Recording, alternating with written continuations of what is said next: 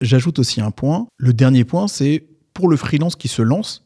Alors, c'est vrai que ça peut être intimidant de se dire il y a des centaines de milliers de freelances sur Malte, comment je vais m'en sortir? Alors, il y a plusieurs choses qu'il faut savoir. D'abord, quand vous êtes un nouvel inscrit sur Malte, vous êtes boosté. Vous êtes un nouveau profil, vous allez être boosté. Deuxième point, il faut savoir qu'il n'y a pas réellement de concurrence entre freelance pour la raison suivante, c'est que lorsque un freelance est pris, il ne peut plus absorber plus de travail. Donc en fait, qu'il y ait plus de freelance et plein de freelance, en soi, ce n'est pas un problème vu la taille du gâteau. C'est-à-dire qu'on ne peut pas, voilà, quand bien même j'aurais envie de réaliser toutes les missions de SEO qui sont proposées sur Malte, je ne peux pas le faire parce que je n'ai pas le temps pour.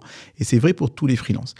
Je rajouterai aussi que l'algo a une part de randomisation. C'est-à-dire que lorsque vous êtes bien référencé, sur Malte, vous êtes, je ne sais pas, prenons mon cas où je suis dans les top 5 du SEO sur Malte, je ne suis pas tout le temps dans cette position. Si j'ai gagné une mission, bah parfois je vais être, je sais pas, 7e, 8e, on me verra moins, voire même au-delà de la page, au-delà de la 10e place.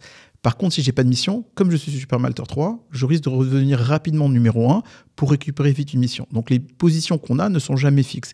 Et j'ai vu, et j'ai accompagné, même j'ai coaché de nombreux freelances qui se sont lancés sur Malte, et j'ai vu rapidement leur progression, et ils ont réussi à prendre un volume de missions impressionnante dans un laps de temps assez court. Donc sincèrement, la concurrence, c'est pas quelque chose qui doit vous faire peur, surtout quand vous avez connaissance de la taille et du volume des besoins des entreprises.